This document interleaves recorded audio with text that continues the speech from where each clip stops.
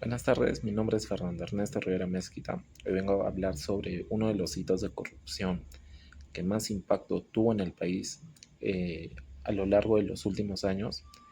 Este es el caso de la línea 1 del Metro de Lima, tramos 1 y 2. Para esto, la corrupción en el Perú abarcó diferentes casos a lo largo de su historia, siendo más presente en los últimos gobiernos, por lo cual nos hace preguntar qué tipo de autoridades tenemos al frente, que están corrompidos políticamente y dejaron de ver el bienestar común por fines políticos y bienestar propio. A los ciudadanos nos afecta directamente, ya que tener ese tipo de gobernantes nos hace perder la confianza a quien otorgamos nuestra representatividad en el país. Teniendo muchos casos, ya sea desde funcionarios altos como expresidentes hasta alcaldes de ciudades pequeñas, la corrupción ha llegado a niveles alarmantes, donde muchos ciudadanos normalizan estos actos, por lo cual nos hacemos la siguiente pregunta. ¿A qué se debe estos altos índices y casos de corrupción en el Perú? Esto abarca diferentes perspectivas en el derecho y diferentes conceptos filosóficos, las cuales analizaremos en este trabajo. Hablemos de un poco más de profundidad sobre el caso. Según confesión de los ejecutivos Jorge Barata y Luis Mameri, la empresa brasileña Odebrecht pagó 8 millones de dólares en coimas a los funcionarios peruanos del Ministerio de Transportes y Comunicaciones por la línea 1 del Metro de Lima, tramos 1 y 2, sistema 3 y 4 eléctrico de transporte masivo para unir Lima y Callao, obra símbolo del expresidente y difunto Alan García. Esto tuvo repercusiones políticas e institucionales. Este caso evidenció la debilidad del sistema de contratación pública en Perú, especialmente cuando se usa el mecanismo de decretos de urgencia sin control del Congreso ni del sistema SNIP. También generó una pérdida de confianza ciudadana en las instituciones encargadas de fiscalizar y ejecutar grandes obras públicas. Hablamos un poco del enfoque sobre las leyes injustas y su obediencia en Sócrates. La relación entre justicia y ley y obediencia es uno de los grandes dilemas éticos de la filosofía occidental, y Sócrates, a través de diálogos de Platón, ofrece una de las posturas más influyentes y debatidas sobre el tema, en particular el Critón. Presenta una poderosa defensa a la obediencia de ley, incluso cuando esta parece moralmente cuestionable. Ahora hablemos un poco sobre la democracia como práctica corrupta y el buen gobernante a partir de las teorías de las ideas de Platón.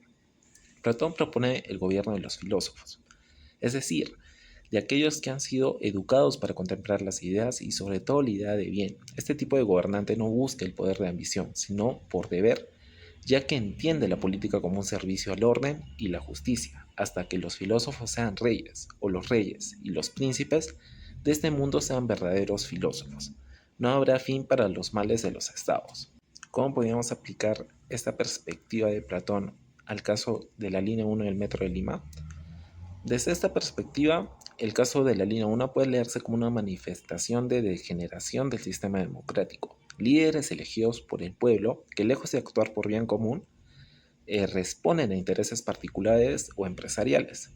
Platón advertía que en la democracia cada uno vive como le parece y que esa libertad mal entendida se transforma en el caldo cultivo para la tiranía y el abuso, como en este caso se dio con los empresarios y la obra adjudicada de la línea 1. Hablemos un poco sobre la justicia y la moral en la ética Nicomaco de Aristóteles.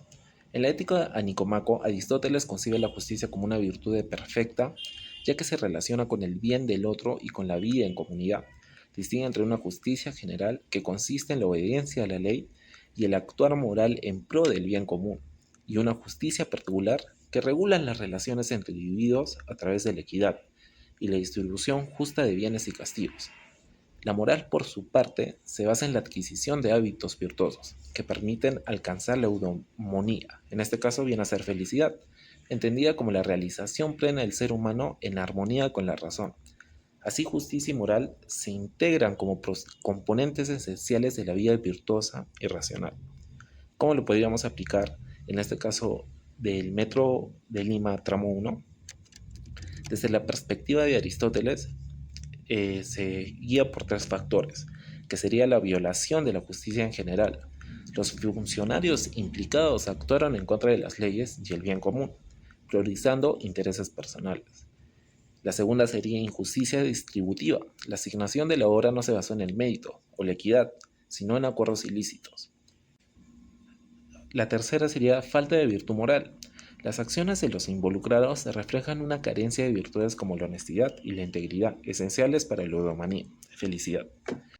Ahora veremos un poco sobre el Estado en el contractualismo social y la corrupción, desde tres perspectivas: Hobbes, Locke y Rousseau.